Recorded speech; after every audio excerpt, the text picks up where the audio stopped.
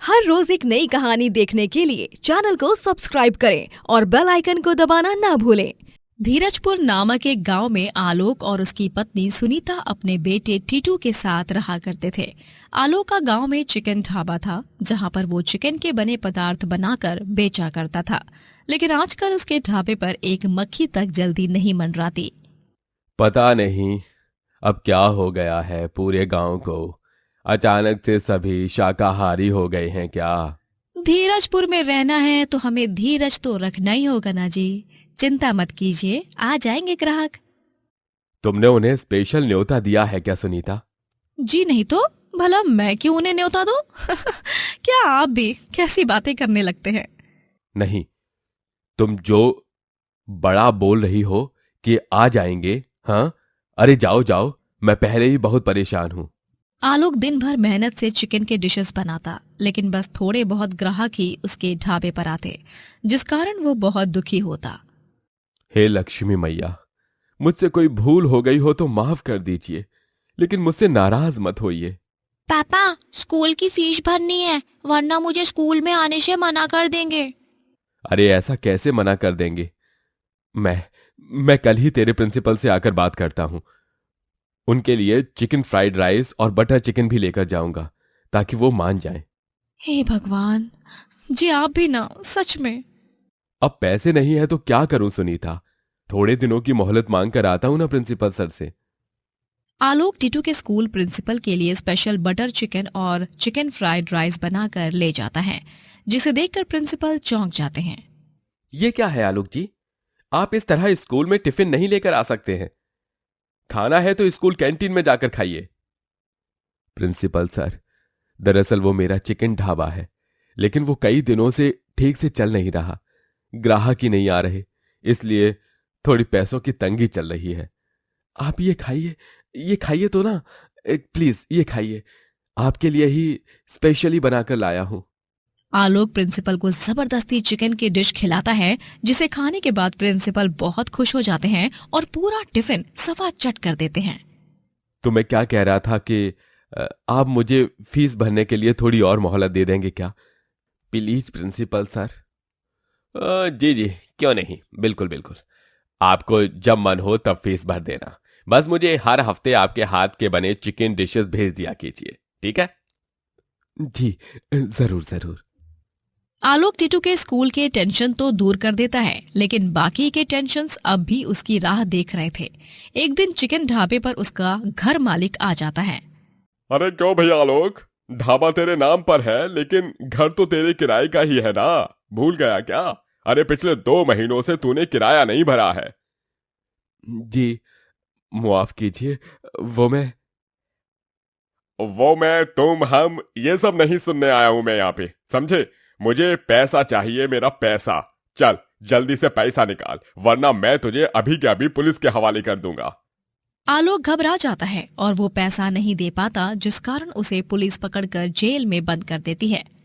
Jail के अंदर, हे भगवान, ये सब क्या हो गया जी? अरे जिसका डर था वही हुआ। अब पता नहीं ये लोग कब तक मुझे इस जेल में कैद करके रखते हैं।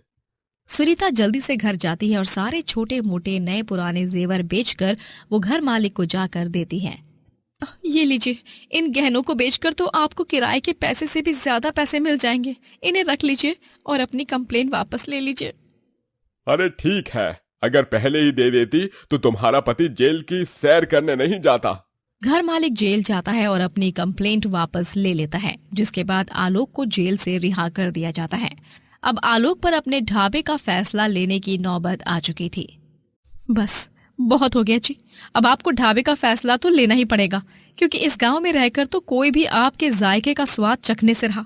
मैं तो कहती हूँ बेच दीजिए इसे और शहर चलिए। गांव की जनसंख्या बहुत कम है, लेकिन शहर में वहां पर ऐसा नहीं होगा। वहां की जनसंख्या भी ज्यादा है और वहां पर ग्राहक भी ज्यादा होंगे। लेकिन सुनीता, इस ढाबे को मैंने कितनी मेहनत से खरीदा था, ये तो तुम जानती ही हो ना। खैर, जो तुम कह रही हो वो भी सही है। हमारी भलाई शहर जाने में ही है, लेकिन उसके लिए भी तो पैसे चाहिए ना।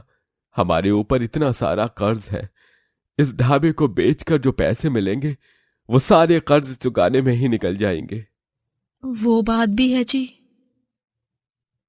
आलोक और सुनीता को समझ नहीं आता कि क्या करें और क्या नहीं। फिर भी वो अपने चिकन ढाबे को बेचने का फैसला लेते हैं। ये लो भाई, इस मकान की चाबी। मैं दिल पर पत्थर रखकर तुम्हें अपना ढाबा दे रहा हूं, जो मेरी जान से भी प्यारा था मुझे। अरे भाई साहब, सेंटी मत होइए, मुझे पूरा भरोसा है आपके साथ आगे जो भी होगा अच्छा ही होगा। अरे भाई, अच्छा होना और मेरे साथ, ये तो मुश्किल ही नहीं, नामुमकिन है। आलोक ढाबे को बेचकर जो पैसे आते हैं उनसे अपना सारा कर्ज चुका देता है। उसके बाद थोड़े ही पैसे बच जाते हैं। आलोक अब अपने दोस्त मटरू के साथ एक नई नौकरी ढूंढने लगता है, क्योंकि गांव से शहर जाकर रहने के लिए तो उसके पास जरा भी पैसे नहीं बचे थे।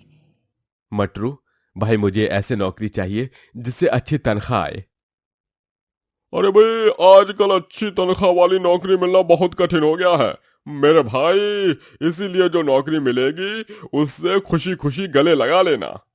आलोक को बड़ी ही मुश्किल से एक मिल में नौकरी मिलती है, वो भी 10,000 प्रति माह की तनख्वाह वाली। मजबूरी में वो उस नौकरी को करने के लिए हाँ तो कह देता है, लेकिन अंदर ही अंदर उसे इस बात की चिंता सताती है कि वो 10,000 में अपना घर कैसे चलाएगा। तभी रास्ते में घर लौटते वक्त चिंता के मारे आलोक रास्ता भटक जाता है। उसे एक खुफिया बंगला दिखाई देता है, जिसकी खिड़की पर वो डॉन पिंटू सिंह को देखता है। अरे ये मैं कहाँ आ गया? ये तो दूसरा गांव है। और ये क्या, इस खंडर जैसे बंगले में ये डॉन पिंटू सिंह? इससे तो धीरजपुर की पुलिस कब से ढूंढ रही है। इसे ढूंढ निकालने वाले व्यक्ति को तो 5 करोड़ का इनाम भी मिलने वाला है। आलोक अपने दिमाग की बत्ती जलाता है और फौरन अपने गांव की पुलिस को उस बंगले पर ले जाता है, और पुलिस आखिरकार डॉन पिंटू सिंह को पकड़ ही लेता है। तुमने बहुत ही समझदारी और बहादुरी वाला काम किया है आलोक। ये दरिंदा डॉन पिंटू सिंह, इसने न जाने कितने लोगों को लूटा है। अब तेरा खेल खत्म डॉन पिंटू सिंह। आलोक को पैसों का हार पहनाया जाता है और उसका पूरे गांव के सामने सम्मान और सत्कार किया जाता है। आलोक पूरे 5 करोड़ का इनाम जीत जाता है। किस्मत ने उसके आगे इतनी मुश्किलें खड़ी की, लेकिन उसे आखिरकार खुशियां मिल ही गई। आलोक सुनीता और टीटू के साथ शहर जाता है और वहां पर अपना बड़ा रेस्टोरेंट खोलता है। वो तीनों एक बंगले में रहने लगते हैं और आलोक का रेस्टोरेंट कुछ ही दिनों में बहुत नामचीन हो जाता है, क्योंकि सभी को उसके हाथ की बनी चिकन डिशेस बहुत पसंद आती हैं। तेजपुर कहकर एक गांव में विश्वजीत नामक एक गरीब आदमी अपनी बीवी कादम्बरी और अपनी बूढ़ी माँ अम्बा के साथ रहा करता था। विश्वजीत की बांस की खेती थी, जहां पर वो बांस उगाता और उन्हें व्यापारियों को बेचा करता। लेकिन इस साल बांस का व्यापार बहुत कम हो चुका था, जिस कारण विश्वजीत बहुत चिंतित रहता। आज उसका जन्मदिन था और उसी खुशी में कादम्बरी ने चिकन बनाया था। अरे मुन्ना, आज तो तेरा जन्मदिन है, तनिक आज के दिन तो चिंता को गोली मार के खुश रहे। कैसे खुश रहूं मैं? मुझे तो कुछ समझ ही नहीं आ रहा। सब कैसे होगा?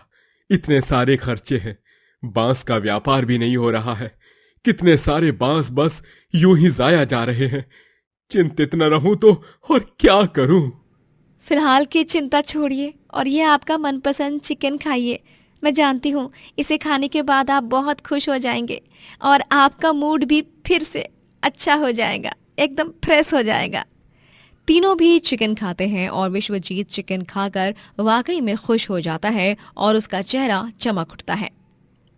अरे वाह कादम्बरी, तुमने तो कमाल ही कर दिया। इतना स्वादिष्ट चिकन बनाया है कि इसका क्या ही कहना, है ना माई?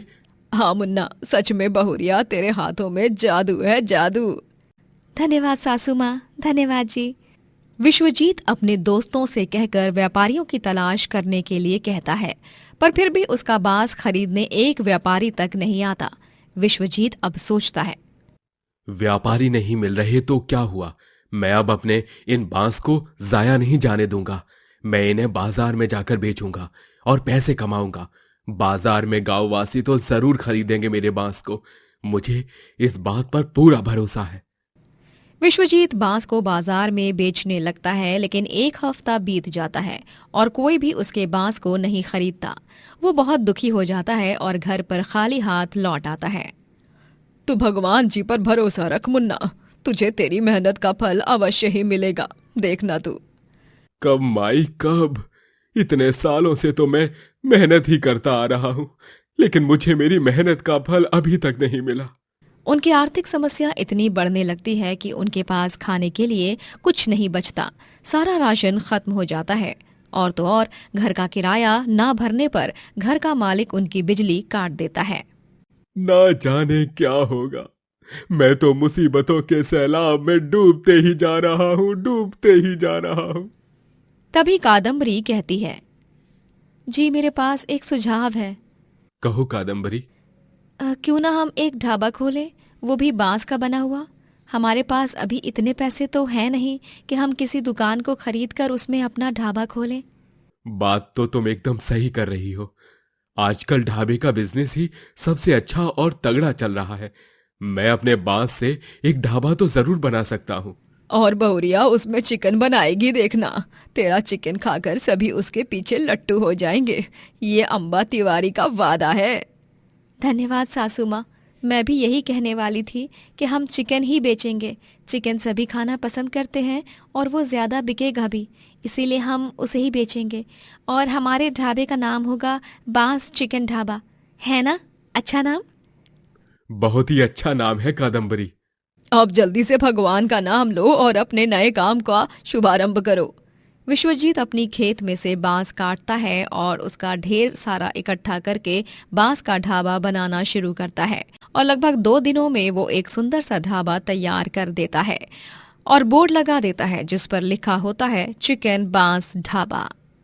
कादम्बरी, हमने इस ढाबे का उद्घाटन तो कर दिया है, लेकिन ये हमें मुनाफा तो देगा ना, या फिर हम इसमें भी घाटे का सौदा कर बैठेंगे?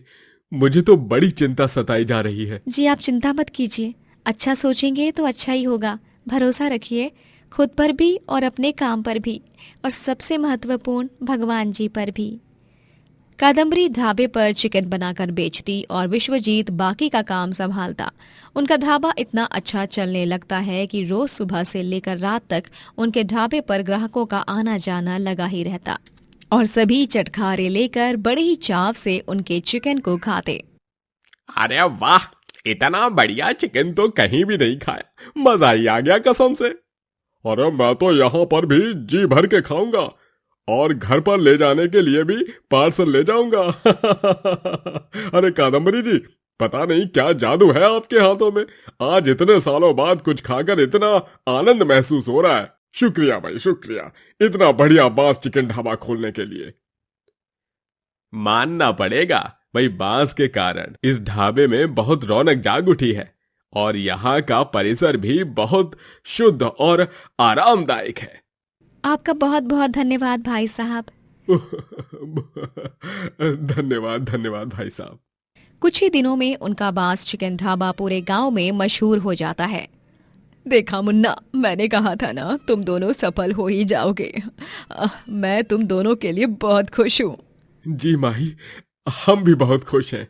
उसी गली में एक और ढाबा था जिसका मालिक था सोमेंद्र। सोमेंद्र को विश्वजीत की सफलता देख बहुत जलन महसूस होती और हद से ज्यादा गुस्सा आने लगता, क्योंकि गांव में जब से विश्वजीत और कादम्बरी का बांस चिकन ढाबा खुला था तब से सोमेंद्र के ढाबे का पत्ता कट हो चुका था और उसके ढाबे पर गिनती के ही लोग आते थे, जिससे वो बहुत नुकसान में जाते जा रहा था। किसी काली बिल्ली की तरह रास्ता काट दिया है उस मनहूस विश्वजीत ने मेरा। जब से उसने अपना बांस का ढाबा खोला है तब से मैं तो नुकसान के बोझ तले दबा ही जा रहा हूं। नहीं, मैं यूं खामोश नहीं बैठ सकता।